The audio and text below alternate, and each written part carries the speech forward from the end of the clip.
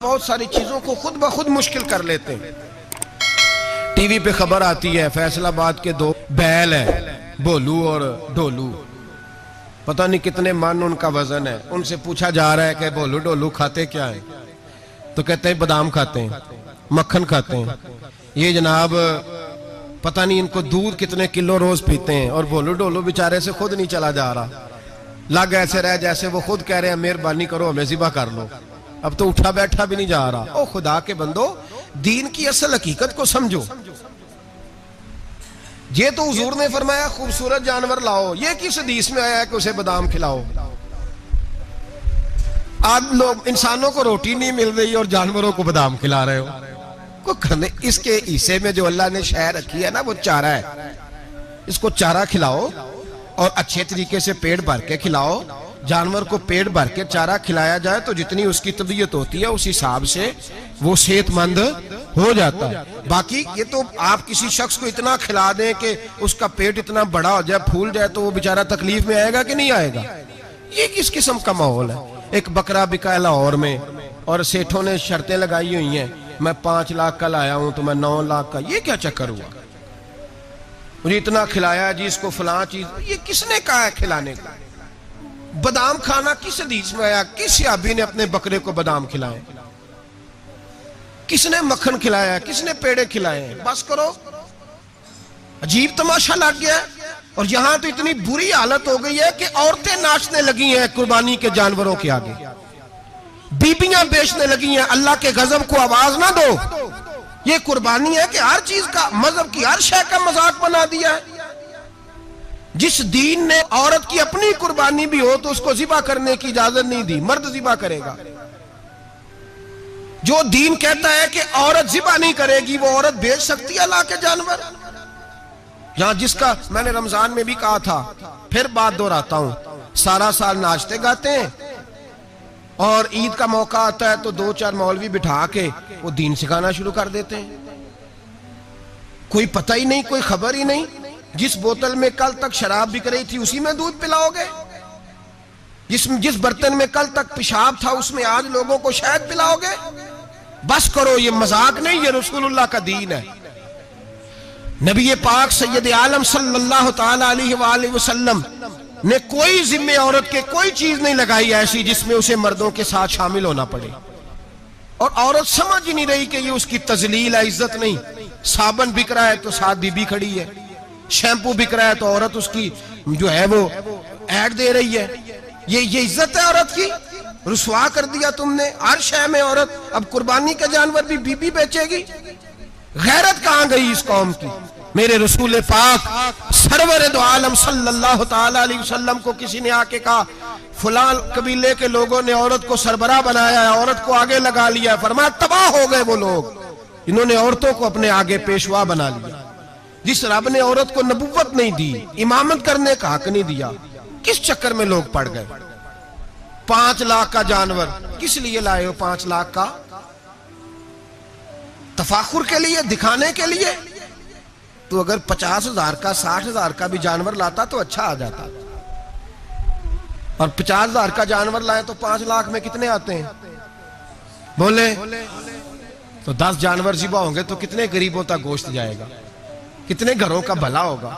ہر چیز کا چکر الٹا کر دیا گیا ہے۔ اور یہ صرف حج کے لیے ہوتی تو میرے رسول پاک ہر سال قربانی نہ کرتے، اور میرے نبی پاک قربانی دینے کا حکم۔ ایک اور بات بڑی لوگ پوچھنے لگے، کہتے جی گائے کی ہوتی ہے، بھینس کی بھی ہوتی ہے کہ نہیں؟ چلو جی اب نئی بات نکل آئی۔ حدیث پاک میں لفظ آیا اونٹ کا، نبی پاک نے فرمایا بکرا 1 سال کا، گائے 2 سال کی، اونٹ 5 سال کا۔ حدیث میں لفظ آ گیا اونٹ کا۔ اب کو بندہ کہے پہلے بتائیں نارکا کے مادہ کا، تو میں کدھر سے آپ کو حدیث نکال کے دوں جس میں نر بھی اور مادہ علیحدہ ہو؟ حدیث پاک میں ذکر آ گیا دمبے کا، مینڈے کا۔ اب باقی جو سارے جاگ رہے ہیں نا، اب غور فرمائیں، باقی ایک بکرا ہے، ایک چھترا ہے، ایک دمبا ہے، ایک دیسی بکرا ہے، ایک پہاڑی بکرا ہے، تو علیحدہ لفظ کہاں سے نکال کے دیے جائیں؟ یہ ساری انواع ہیں، اقسام ہیں، نوع ہیں۔ اسی طرح بھینس بھی گائے کی ایک قسم ہے، امام اعظم ابو حنیفہ فرماتے ہیں النوع منہ، یہ اس کی ایک قسم ہے، نوع میں سے ہے، گائے کی نوع میں سے ہے۔ آپ عام لفظ بولتے ہیں تو کہتے ہیں بکرا چترا گائے بھینس، عام لفظ ہے نا۔ تو جب گائے کہہ دیا تو اب کو بندہ کہے گائے آیا تو پہلے بتائیں گائے تو ہے تو اس میں بیل شامل ہے کہ نہیں؟ تو گائے کی جتنی قسمیں ہیں نا ہمارے محدثین بھینس کو گائے میں شامل کرتے ہیں، بھینس گائے کی ایک قسم ہے۔ تو نبی پاک صلی اللہ علیہ وسلم نے جب گائے کا لفظ استعمال کیا تو بھینس اس کے اندر آ گئی۔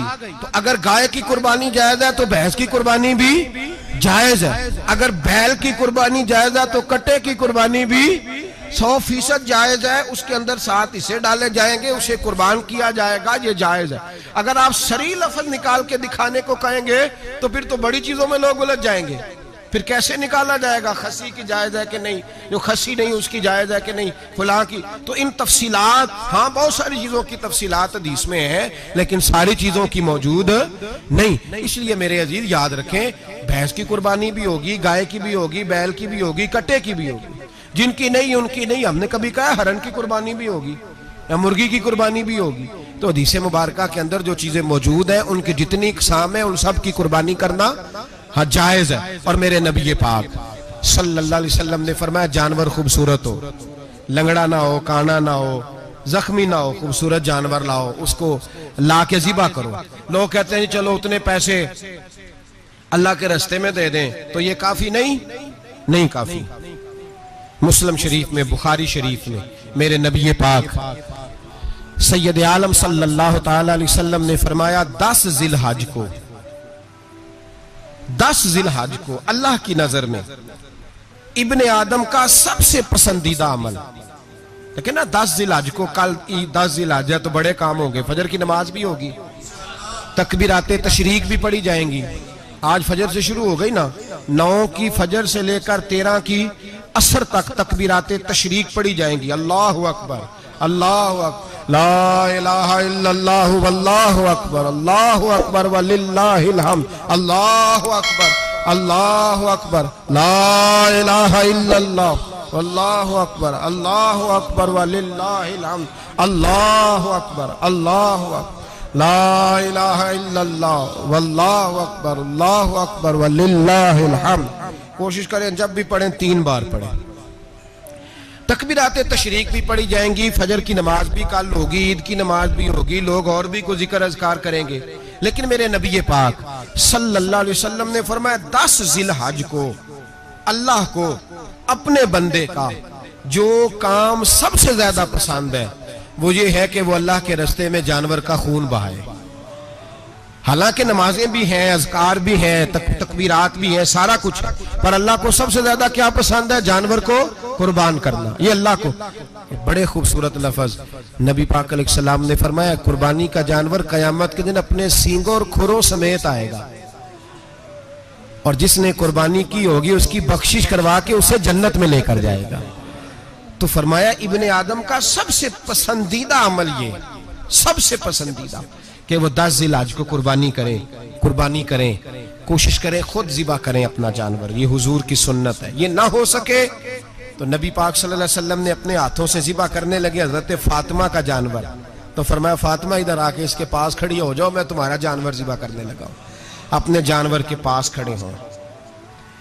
میرے جو بھائی ذبح کرنے کا کام کرتے ہیں نا، قصاب ہم کہتے ہیں، سارے قصاب نہیں ہوتے، بہت سارے لوگ یہ سعادت حاصل کرتے ہیں اور بڑے نیکی کا کام کرتے ہیں، اللہ انہیں بڑی بہترین جزا عطا فرمائے گا، بڑا خیر کا کام کرتے ہیں، لیکن چونکہ رش ہوتا ہے ایسے لوگ